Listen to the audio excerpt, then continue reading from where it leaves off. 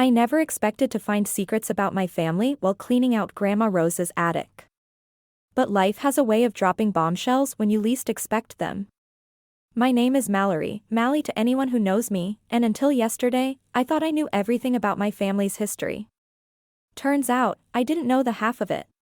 The letter fell out of an old cookbook, yellowed and creased from years of being hidden between recipes for pot roast and apple pie. At first, I almost tossed it in the donation pile with everything else. But something about the way it was folded, tucked so carefully into that specific page, made me pause. Dear Rose, it began in unfamiliar handwriting. I know what you did. The truth about the Thompson estate and the missing inheritance will come out eventually. Your granddaughter deserves to know what really happened that summer. My hands started shaking. I had to sit down on one of the dusty boxes, sending up a cloud that made me sneeze. The letter wasn't signed, but it was dated just 3 months before Grandma Rose passed away. I pulled out my phone and called the one person who might have answers. Uncle Greg? It's Mally. I need to talk to you about Grandma Rose. The silence on the other end lasted so long I thought we'd lost connection. Finally, his voice came through, tight with tension. What did you find? A letter. Something about the Thompson estate, Anne. Don't say another word over the phone, he cut me off. Meet me at Carson's diner in an hour. Anne Mally? Don't tell anyone else about this. The drive to Carson's felt like it took forever. I kept glancing at the letter on my passenger seat, half expecting it to disappear like some kind of hallucination. The diner was nearly empty when I arrived, just a couple of truckers at the counter and Uncle Greg in a back booth. Looking like he'd aged 10 years since I'd last seen him at Christmas. Show me, he said before I could even sit down. I handed him the letter, watching his face as he read it. His jaw clenched, and he closed his eyes for a moment. I was hoping this would stay buried. What would stay buried? Uncle Greg, what's going on? He folded the letter carefully, then pushed it back across the table. There are people in this town who aren't what they seem, Mally. Your grandmother knew that better than anyone. She had her reasons for keeping certain things quiet. That's not an answer, I said, frustration building. Why are you being so cryptic? Because some truths are dangerous, he replied, leaning forward. Especially when they involve people like Vivian Lawson. The name hit me like a bucket of cold water. Vivian Lawson, the sweet older lady who ran the local garden club and always brought casseroles to funeral homes. What could she possibly have to do with any of this? Listen carefully, Uncle Greg continued, his voice barely above a whisper. That house you're living in? Your grandmother's house? There's more to it than you know. Much more. But before I tell you everything, you need to be absolutely sure you want to know. Because once you do, there's no going back. I thought about the letter, about Grandma Rose's final months. About all the times I'd caught her staring out the window with that worried look on her face. I need to know. He nodded slowly. Then start by being careful who you trust. Especially if you meet anyone new in town. And whatever you do, don't let Vivian Lawson know you found that letter. As if on cue, the diner's bell chimed. We both looked up to see Vivian herself walking in, her signature pearl necklace gleaming under the fluorescent lights. She smiled and waved, heading our way. Uncle Greg stood up quickly. Remember what I said, he muttered, then louder, good to see you, kiddo. Think about that insurance policy we discussed. He was gone before Vivian reached our table, leaving me alone with my racing thoughts and a woman who, according to my uncle, was somehow at the center of a mystery I didn't yet understand. After my unsettling conversation with Uncle Greg, I needed a distraction. That's how I ended up agreeing to meet Jake Lawson for coffee, despite my better judgment. We'd been messaging through a dating app for a week, and his photos didn't do him justice, tall, with kind eyes and the sort of smile that made you want to trust him immediately. So you're living in your grandmother's old place, he asked, stirring his coffee. The Victorian on Maple? I nodded, trying not to think about the letter hidden in my purse. Been there about 6 months now. Still finding surprises in every corner. My mother talks about that house sometimes, Jake said. Says it's one of the prettiest in town. She's actually good friends with most of the garden club ladies. My stomach dropped. Your mother wouldn't happen to be Vivian Lawson, would she? His face lit up. You know her? Mom's amazing, she practically runs this town's social circle. We should all have dinner together sometime. Before I could formulate a response, the cafe door chimed. As if summoned by our conversation, Vivian Lawson herself walked in, wearing her signature pearls and a perfectly coordinated outfit. Jake, sweetheart, she called out, making her way to our table. What a wonderful surprise. Jake stood to hug her, and I noticed how his whole demeanor shifted, less confident, more eager to please. Mom, this is Mallory Thompson. Mally, my mother. Vivian's smile didn't quite reach her eyes as she looked at me. Thompson? Rose's granddaughter? That's right, I said, fighting to keep my voice steady. We met briefly at the diner yesterday. Oh yes, with Gregory. She pulled up a chair without asking. How is your uncle these days? We haven't spoken in years, not since that unfortunate business with the property lines. Jake looked confused. What property lines? Ancient history, Vivian waved her hand dismissively. Though speaking of property, Mally, have you considered selling that big old house? It must be so much work for a single woman. I'm not interested in selling, I said firmly. Mother, Jake warned, but Vivian continued. I only mention it because I know several buyers who'd love that location. The Historical Society's been eyeing it for years. She leaned forward, lowering her voice. Between us, there are some structural issues you might not know about. Your grandmother was very private about such things. My coffee turned bitter in my mouth. Was this what Uncle Greg meant about being careful? The house is fine, I said. I had it inspected before moving in. Of course, dear. Vivian patted my hand, her rings cold against my skin. I just worry. That house has such history, wouldn't want anything unfortunate to happen. Jake cleared his throat. Mom, didn't you have that garden club meeting? Oh. She checked her watch. You're right. Mally, we simply must have you over for dinner soon. Jake's place has such a lovely view of your grandmother's house. After she left, Jake apologized. She can be a bit intense. She's just protective. Does she often show up when you're on dates? He laughed uncomfortably. Pure coincidence. Though she does have a knack for knowing where I am. I wanted to ask more, but my phone buzzed, a text from Uncle Greg, need to talk. Found something else. Come alone. Everything okay? Jake asked. I stood up, gathering my things. Family emergency. I should go. Let me drive you. No, I said too quickly. I mean, thanks, but I've got my car. As I headed for the door, Jake called out, Mally? Would you like to have dinner tomorrow? Just us? I hesitated. Despite everything, there was something about him that made me want to say yes. But Uncle Greg's warning echoed in my head, be careful who you trust. I'll text you, I said, and hurried out before I could change my mind. In my rearview mirror, I saw Vivian's car pull out of a side street and follow Jake's truck as he drove away. Something told me that pure coincidence had nothing to do with it. Uncle Greg was waiting for me at the old boathouse by the lake, a place we used to fish when I was little. He held a manila envelope and looked like he hadn't slept. You're dating Jake Lawson, he asked before I could even say hello. How did you? Small town. He handed me the envelope. These are property records from 30 years ago. Your grandmother's house was part of a larger estate.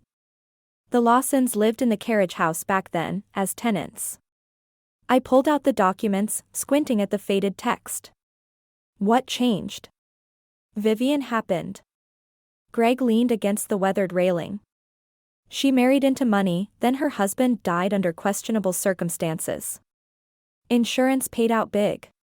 Next thing we knew, she was trying to claim part of the Thompson estate through some fabricated deed. My hands trembled as I read.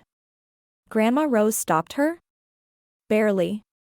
But Vivian never forgot. He took a deep breath. That's why she's circling again. She wants what she thinks was stolen from her. The house. Power. Control. She's obsessed with social status, with owning pieces of old money families. He looked at me directly. Jake's her fourth husband's son. She adopted him, molded him. Every girlfriend who's gotten too close has mysteriously disappeared from town. My phone buzzed, a text from Jake, missing you already. Dinner tomorrow? He seems different, I said, but even I could hear the doubt in my voice. They all seem different at first. Greg pulled another paper from his pocket. This was in Rose's safety deposit box. I picked it up this morning. It was a photograph, younger versions of Grandma Rose and Vivian standing in front of my house. They were smiling, arms linked like best friends. On the back was written, "Remember who she really is." There's more, Greg said. But we need to be careful. Vivian has friends everywhere, police, city hall, real estate. One wrong move and a twig snapped behind us. We both turned to see Vivian herself stepping out from behind a tree, her pearls gleaming in the afternoon sun. Gregory Thompson, she said sweetly. Still spreading lies about me after all these years? Greg stepped in front of me. This doesn't concern you, Vivian. Everything in this town concerns me. Her smile hardened. Especially when it involves my son. Jake's not really your son, is he? The words left my mouth before I could stop them. Something dark flashed across her face. Biology is irrelevant. I raised him. I made him who he is. She took a step closer. Did Gregory tell you about his own role in all this? About how he tried to steal the estate from Rose?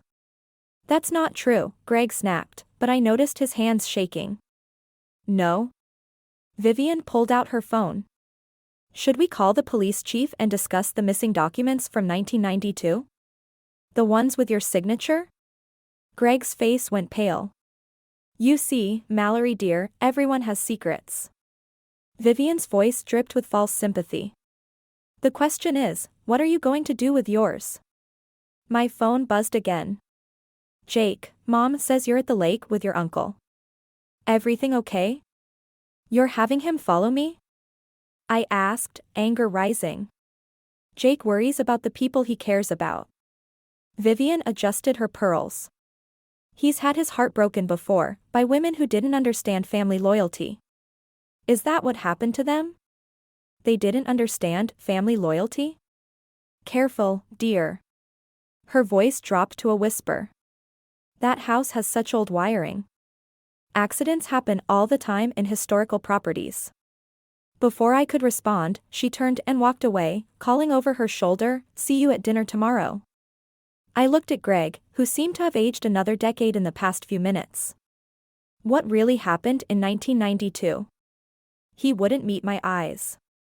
Some mistakes can't be undone, Mally. Just be careful. Vivian doesn't make idle threats. As I drove home, I noticed a familiar car in my rearview mirror, Jake's truck, following at a discreet distance. The same way his mother had followed him earlier. The house looked different when I pulled up, darker somehow. I thought about the old wiring Vivian had mentioned, and wondered what other secrets these walls held. My phone buzzed one last time. Jake, can't wait to see you tomorrow. Don't worry about Mom, she's just protective. I stared at the message, thinking about all the other protective mothers who had driven their sons to dangerous extremes. The question was, which side of that history was I living in? The dinner with Jake started normally enough, but I couldn't shake the feeling of being watched. We were at La Maison, the fanciest restaurant in town, and somehow we'd ended up at a table with a clear view of Vivian's usual spot by the window. She wasn't there tonight, but her presence lingered like a shadow. You seem distracted, Jake said, reaching across the table for my hand. Is everything okay? I pulled back slightly, pretending to adjust my napkin. Just thinking about something your mother said at the lake yesterday. His expression shifted, almost imperceptibly. Mom mentioned she ran into you. Said you seemed upset about something. Did she mention threatening me? Threatening? He laughed, but it didn't reach his eyes. Mom doesn't threaten people, Mally. She's protective, sure, but... She followed you from the coffee shop the other day, I said. And you followed me to the lake. The waiter arrived with our wine, giving Jake time to compose himself. When we were alone again, he leaned forward. Look, after what happened with Sarah. Sarah? He took a long sip of wine. My ex. She left town suddenly. Mom was worried you might do the same. So you're spying on me? It's not like that. His voice dropped. Mom's been through a lot. After my father died. Which one? The words slipped out before I could stop them. Jake's face went blank. What do you mean? Nothing. I just heard. What exactly did your uncle tell you? There was an edge to his voice I hadn't heard before. Before I could answer, my phone buzzed. A text from an unknown number. Check your email. Gee. Excuse me, I said, standing. I need to use the restroom. In the relative privacy of the bathroom stall, I opened my email. There was a single message from Greg with an attachment, a scanned newspaper article from 1992. The headline read, Local woman questions husband's death after insurance claim denied. The photo showed a younger Vivian, wearing those same pearls, standing next to a man who looked remarkably like Jake. The caption named him as Thomas Lawson, her third husband. Another text came through, she married his father 6 months later. Jake was 4. My hands were shaking as I returned to the table. Jake was on his phone, frowning. Everything okay? I asked. Mom's not feeling well, he said. She wants me to come over. Now? In the middle of dinner? He was already signaling for the check. She's alone in that big house. After what happened to Sarah? What did happen to Sarah, Jake? He froze. What? You keep mentioning her, but you never finish the story. It's complicated. He wouldn't meet my eyes. She made accusations about Mom, tried to turn me against her. Then one day, she just left. Like Thomas Lawson just left? The check holder slammed down on the table harder than necessary. I should take you home. I drove myself, remember? Right. He stood awkwardly. Look, Mom's probably just being dramatic, but I should check on her. Rain check? I watched him hurry out, already dialing his phone. Through the window, I saw him get into his truck and Vivian's car pull out from a side street to follow him. My phone buzzed one final time. Another text from Greg, don't go home. Meet me at the motel on Highway 9. Room 115. Bring the letters. I headed for my car, trying to look casual while scanning the parking lot for familiar vehicles. As I reached for my door handle, I noticed something that made my blood run cold, a small pearl, identical to the ones in Vivian's necklace. Sitting on my driver's seat. The doors were still locked. Someone had a key to my car. I backed away, fumbling for my phone. But before I could call Greg, another message came through, this one from Jake. Mom wants to know if you'd like to come over for tea tomorrow. She has some old photos of your grandmother she'd love to show you. I stared at the pearl gleaming on my seat, remembering what Uncle Greg had said about Vivian's other daughters-in-law. And wondered how many of them had received similar invitations. The motel room smelled like stale cigarettes and desperation. Uncle Greg spread photos across the bed, snapshots of Vivian through the years, always wearing those pearls, always standing next to different men. And in every photo, that same calculated smile. For husbands, Greg said, pointing to each picture. All died under mysterious circumstances. Insurance paid out on 3 of them. And Jake's real father? Thomas Lawson. The only one whose death was ruled suspicious. Greg handed me a police report. Case went cold when the detective handling it suddenly retired. Moved to Florida on a surprisingly generous pension. A knock at the door made us both jump. Greg pulled a gun from his jacket, where had that come from? And motioned me behind him. Gregory? Vivian's voice sang through the door. I know you're in there. Let's talk about old times. Greg's hand shook as he aimed at the door. Leave, Vivian. With my son's girlfriend? How rude. Keys jingled. The manager was very understanding when I explained my concerns about my mentally unstable brother-in-law. The door swung open. Vivian stood there, perfect as always, Jake hovering behind her like a shadow. Mally? His voice cracked. What's going on? Put the gun down, Gregory, Vivian said softly. Before someone gets hurt. Again. Greg's arm lowered slowly. Tell her, Vivian. Tell her what really happened in 1992. Mom? Jake stepped forward. What's he talking about? Your uncle is unwell, Vivian said, not taking her eyes off Greg. He's been spreading lies about me for years. Isn't that right, Gregory? Ever since Rose rejected you? That's not. Tell them about the forged documents, Vivian continued. How you tried to steal Rose's estate. How she caught you and chose to protect me instead of her own brother. Greg's face went ash white. You're twisting everything. Am I? Vivian pulled out her phone. Should I play the recording from that night? The one where you threatened to kill Thomas if he exposed your scheme? That's impossible, Greg whispered. You couldn't have. I keep everything, Gregory. Every secret. Every lie. She turned to me. Your grandmother knew that. It's why she trusted me with the truth about the Thompson estate. Jake moved closer to his mother, his expression hardening. You should leave, both of you. Before I call the police. Jake, please, I started, but Vivian cut me off. Oh, dear. You actually care for him, don't you? She touched her pearls. Sarah did too. Such a shame about her accident. What accident? Jake asked sharply. The one that hasn't happened yet, Vivian replied, smiling at me. Unless Mallory makes better choices than Sarah did. Greg raised the gun again. That's enough. Mom? Jake's voice shook. What are you saying? Nothing, sweetheart. Just protecting what's ours. She stepped toward me. The house belongs with family. Real family. You understand that, don't you, Mallory?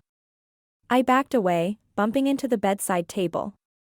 Something fell, a folder full of documents. As papers scattered across the floor, I saw something that made my heart stop, a photograph of my grandmother and Vivian. Standing in front of my house. But this one was different from the earlier version. In this one, they weren't smiling. And Thomas Lawson was in the background, looking terrified. Where did you get that? Vivian's mask slipped for just a moment. Rose kept copies too, Greg said quietly. Of everything. The tension in the room shifted. Jake picked up the photo, his hands trembling. Dad? Give me that, Vivian snapped, reaching for the picture. But Jake pulled back, really looking at it for the first time. What did you do? Only what was necessary, Vivian said, her voice turning cold. Everything I've done has been for you. Like Sarah's accident? I asked, finding my voice. Was that necessary too? Jake's head snapped up. What accident? Mom, what are they talking about? Vivian's hand moved to her purse. Sometimes, darling, we have to make hard choices to protect our family. I saw the glint of metal in her bag and realized with horror that Greg wasn't the only one who'd brought a gun to this conversation. The question was, who would make the first hard choice? Everything happened too fast. The glint of metal in Vivian's purse, Greg shouting a warning, Jake lunging forward, and then the deafening crack of a gunshot. The motel room exploded into chaos. I dove behind the bed as Greg and Vivian struggled for the gun. Jake stood frozen, the photograph of his father still clutched in his trembling hands. "Jake, help me!"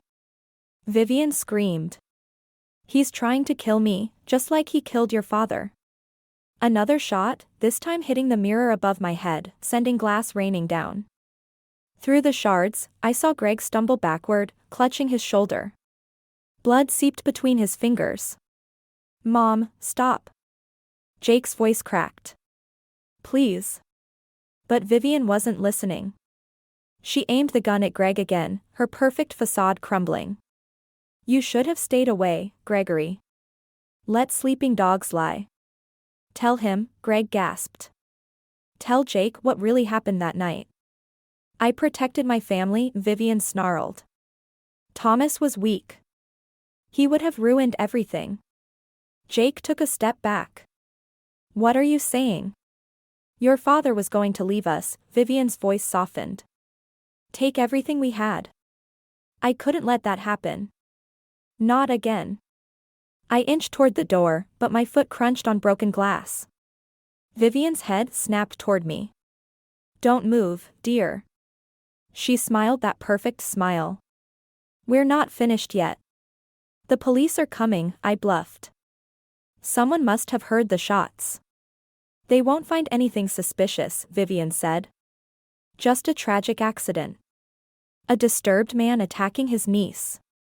A concerned mother protecting her son." "Like Sarah's accident?" Jake asked quietly. Something shifted in Vivian's eyes. "Sarah was going to take you away from me. They all try eventually." "What did you do to her?" "The same thing I'll have to do to Mallory." Vivian's hand steadied on the gun. "Unless she makes the right choice." "Which is?" "Sign over the house. Leave town. Never contact Jake again." I thought about my grandmother's letter, about all the women who'd disappeared from Jake's life. About Sarah, who'd probably faced this same choice. And if I refuse? Then there'll be another tragic accident. Vivian's finger tightened on the trigger. So many old houses have faulty wiring these days. "Mom, please," Jake stepped between us. "This has to stop." "Everything I've done has been for you," Vivian's voice cracked. "To protect what's ours." "By killing my father?" "He was going to destroy us." The gun wavered. "Just like she will." "They all do, eventually." Greg tried to stand but slumped against the wall. "Rose knew, didn't she? That's why she left the evidence." "Rose understood family loyalty," Vivian spat. "Until she didn't." Suddenly, sirens wailed in the distance. Real ones this time. "We're leaving," Vivian grabbed Jake's arm. "Now." "No." Jake pulled away. "Don't do this," Vivian's mask slipped completely. "Don't choose her over me. I'm your mother." "Are you?" Jake's voice was barely a whisper. "How many others have there been? How many accidents?" The sirens grew closer. Vivian's hand shook, the gun swinging between all of us. "Last chance, Mallory," she said. "The house or your life? Choose carefully." I looked at Jake, seeing the lost little boy beneath the man. At Greg, bleeding but still trying to protect me. At Vivian, whose perfect world was crumbling around her. "I choose the truth," I said. Vivian's finger squeezed the trigger just as Jake lunged for the gun. The shot went wide, hitting the wall beside me. We all scrambled for cover as she fired again and again, her screams mixing with the approaching sirens. The last thing I saw before everything went black was one of Vivian's perfect pearls rolling across the floor, leaving a trail of blood in its wake. When I came to, I wasn't sure if I was alive or dead. But the pain in my shoulder suggested I'd survived, barely. The question was, had anyone else? The hospital room was quiet except for the steady beep of monitors. My shoulder throbbed where the bullet had grazed me, but I couldn't rest. Not with Uncle Greg in surgery and Vivian still out there somewhere. Jake sat in the corner, staring at his hands. He hadn't said a word since the police had questioned us. The photograph of his father was crumpled in his pocket, stained with blood, his mother's or Greg's, I wasn't sure. A nurse appeared in the doorway. "Miss Thompson? There's a package for you at the desk. From Rose Thompson's estate attorney." The manila envelope felt heavy in my hands. Inside was a single key and a letter, dated the day before my grandmother died. "My dearest Mally," I read aloud, my voice shaking. "If you're reading this, then you've discovered the truth about Vivian. The key opens the safe in my study, the one behind the portrait. What you find there will explain everything. But be careful. She'll come for it."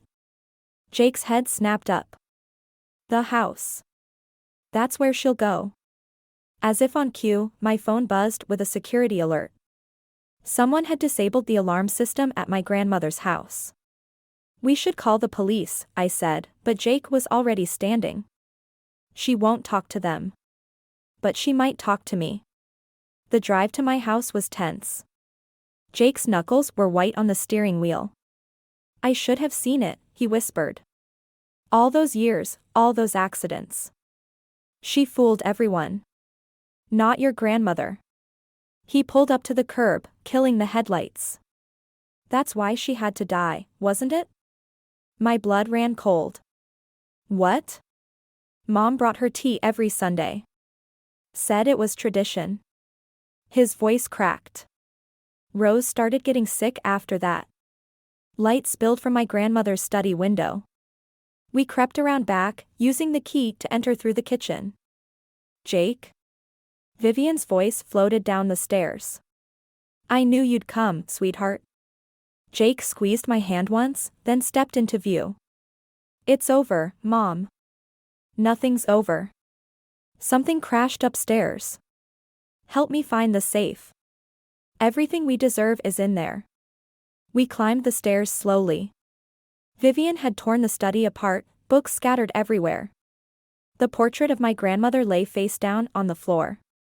"There's nothing here for you," I said. Vivian spun around.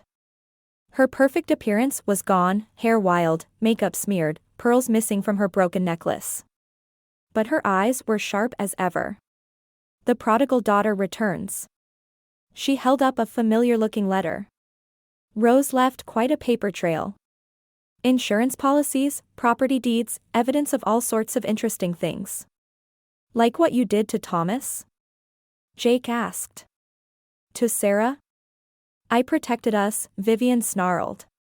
"Just like Rose protected Gregory after he forged those documents.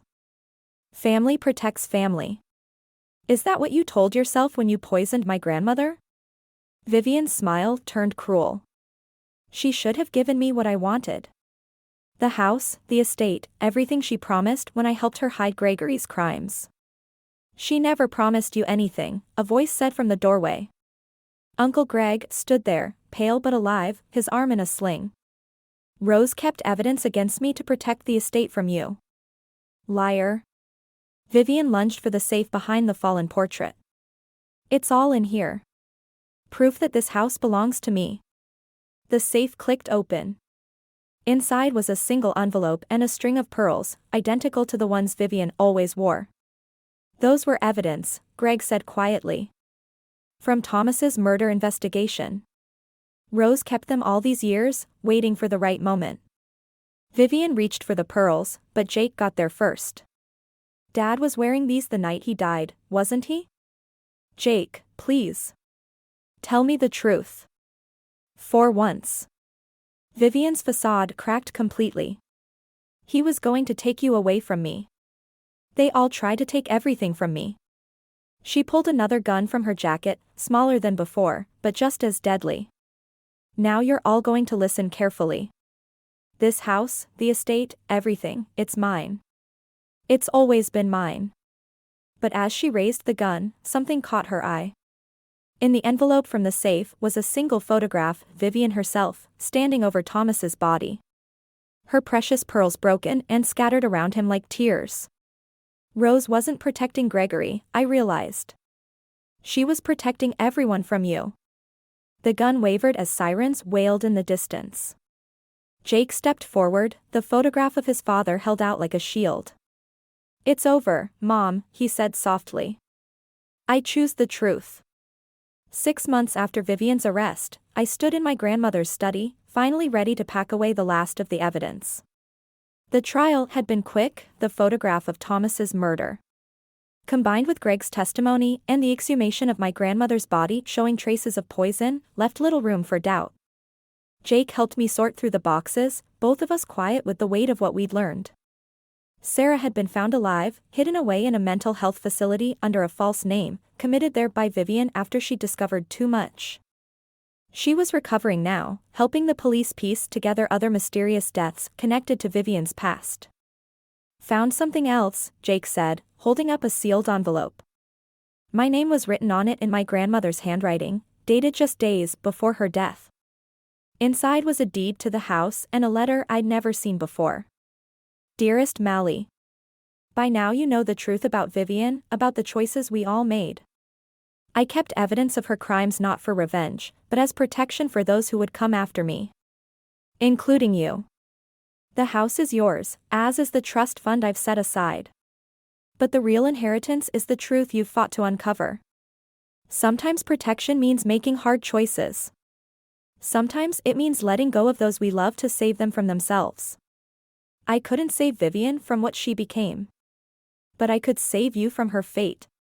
Love always. Grandma Rose." Jake touched my shoulder gently. "You okay?"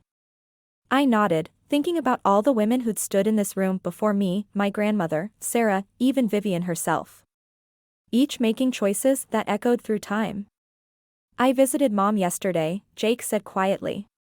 "She asked about the pearls. The evidence pearls sat in their box on my desk, a reminder of everything that had happened." "What did you tell her?" "That they're where they belong. With the truth."